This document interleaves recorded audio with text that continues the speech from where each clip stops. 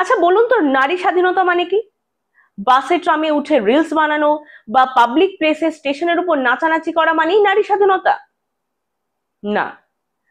নারী স্বাধীনতার অর্থ কি সেটা চোখে আঙুল দিয়ে বুঝিয়ে দিয়েছেন এই মহিলা, যিনি কোমরে কাপড় গুজে দিনরাত বাসে কন্ডাক্টরি করছেন। হ্যাঁ, ঠিকই শুনেছেন, এক মহিলা কন্ডাক্টর। আজকে বলবো সেরকমই একটা সংগ্রামের কাহিনী। বেলগাছিয়ার ডলি রানা, তার বাবার স্বপ্ন ছিল বাস কিনবার, কিন্তু সামান্য যা কাজ করতেন তাতে সংসার চালাতেই কষ্ট হয়ে যেত, সেখানে বাস কেনা বিলাসিতা মাত্র। ডলি রানা ছোট থেকেই বাবার স্বপ্নকে মনের এক কোণে জায়গা দিয়ে রেখেছিলেন। হঠাৎ একদিন ডলি দেবী জানতে পারে একটি সেকেন্ড হ্যান্ড বাস বিক্রি হবে, কিন্তু সেই সেকেন্ড হ্যান্ড বাসটিরও যা দাম সেটাও তার পক্ষে কেনা সম্ভব নয়।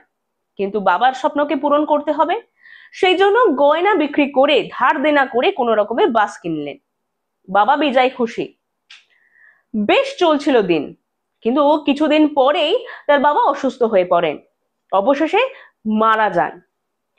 এইখান থেকে শুরু হয় আসল লড়াই। ডলি দেবী ইতিমধ্যে অনেক টাকা ধার দেনা করেছেন, তার উপর বাসের তেল, কন্ডাক্টর, ড্রাইভার, এত কিছু চলবে কি করে?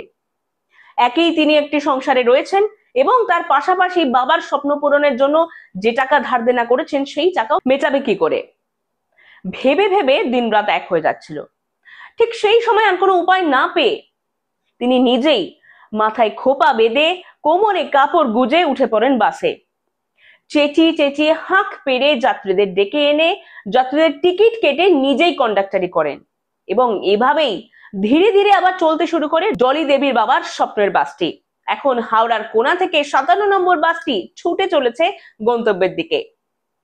কিছু কাজ হয়তো পুরুষরাই করতে পারে, এমনটাই শোনা যায় সমাজে, কিন্তু ডলি দেবী এই গোটা উক্তিটি একেবারেই মিথ্যে প্রমাণিত করেছেন। কথাতেই আছে যে রাধে সে চুল বাঁধে, এবং ডলি দেবী এটা যেন অক্ষরে অক্ষরে সত্যি প্রমাণিত করেছেন। ডলি দেবী সংসার সামলে কোমরে কাপড় গুজে দিনরাত পরিশ্রম করছেন, কন্ডাক্টরি করে বাসটি চালিয়ে নিয়ে যাচ্ছেন। তার এই কঠোর পরিশ্রম এবং অদম্য সংগ্রামকে জানাই কুর্নিশ। এরকম আরো অসাধারণ কিছু তথ্য পেতে অবশ্যই চোখ রাখতে হবে বীরভূম রার বাংলায়।